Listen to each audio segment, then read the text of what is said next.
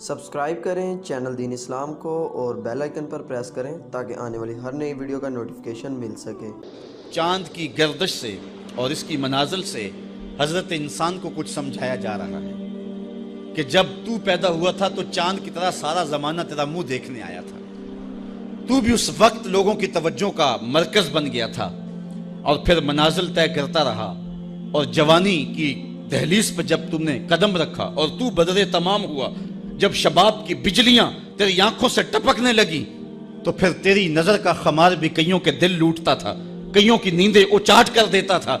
جس طرح چاند جب جوبن پہ ہو تو چکور کا دل لرزتا ہے اور سمندر میں جوار بھاٹا پیدا ہو جاتا ہے، لہریں اٹھتی ہیں، طوفان پیدا ہوتے ہیں، تو جب بندہ بھی جوانی کی دہلیز پہ ہوتا ہے تو وہ بھی طوفان اٹھاتا ہے، دلوں میں جوار بھاٹے پیدا ہوتے ہیں۔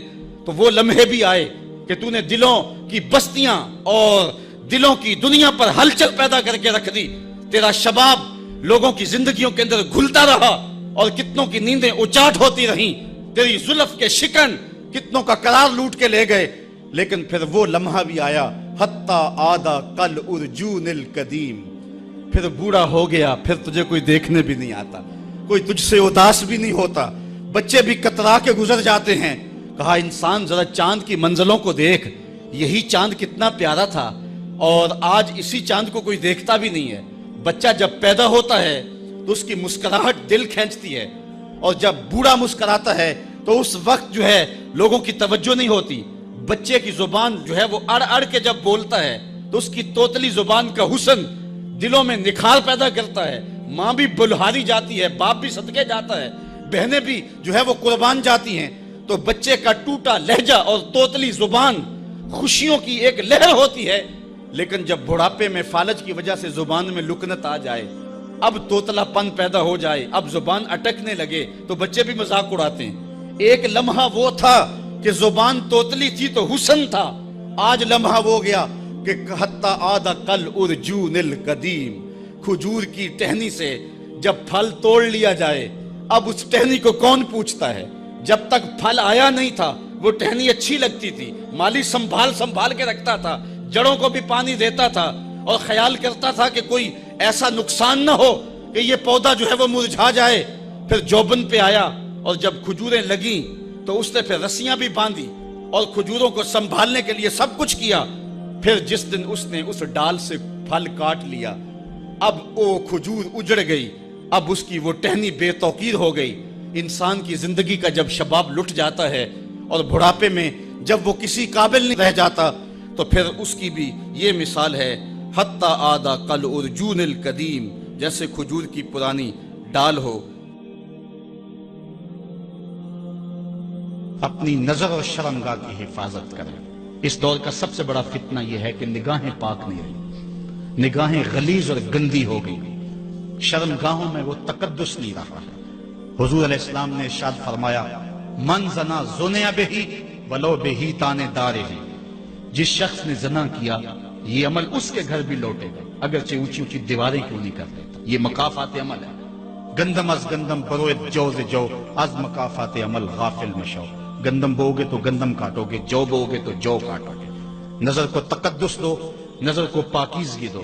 حضرت لقمان حکیم کہتے ہیں کہ میں کئی نبیوں سے ملا ہوں، کئی نبیوں سے ملاقات کی ہے، اور میں ان سے 2 4 باتیں جمع کی ہیں، اور ان ساری باتوں کو میں نے جمع کر کے 100 باتیں جمع کی ہیں، اور ان کا پھر میں نے خلاصہ تیار کیا ہے۔ ان میں 8 باتیں الگ کی ہیں۔ ان 8 باتوں میں ایک بات یہ ہے، جب کسی کے گھر جاؤ تو نظر کو حفاظت میں رکھو۔ جس شخص کے مہمان بنو، جس کے گھر جاؤ، تمہاری نظر نہ بھٹکنے پائے۔ نظر اگر غیر محرم کو شہوت سے دیکھتی ہے، حدیث میں آتا ہے کل قیامت کے دن جہنم کی آگ سے بھر دی جائے گی، وہ سخت رسوا ہوگا۔ آج میڈیا کی آوارگی اور انٹرنیٹ پہ جو کچھ ہو رہا ہے، ٹیلی ویژن اور سینما جو بدتمیزی پھیلا رہے ہیں، اور موبائل پیکج جس طرح بے حیائی کو فروغ ہو رہا ہے، ہم اس کے خلاف پوری قوت کے ساتھ بند باندھیں۔ اپنی اولادوں کے ہاتھوں سے ناول چھین لو، ان کے ہاتھوں سے جو ہے وہ فلمیں چھین لو، ان کی خلوتوں پہ نظر رکھو اور ان کی حفاظت کرو۔ جس شخص کی نظر پاک نہیں ہے اس کے من میں طہارت نہیں آ سکتی ہے، دل پاک نہیں ہے اس کو جو ہے وہ باطن کا نور نصیب نہیں ہو سکتا۔ وائے قوم کشتائے تدبیر غیر، کار او تخریب خود تعمیر غیر از حیا بیگانہ پیرانے کہن نوجوانہ چوں زنا مشغول تن. کتنی حکمت والی بات کہی اقبال نے. وہ اپنے دور کا دکھڑا سناتا ہے جس دور سے ہم گزر رہے ہیں. اب تو عجیب حال ہو گئے. اقبال کہتا ہے یہ جو میرا دور ہے جوان تو جوان رہے بوڑھوں کی نظروں میں حیا نہیں رہا.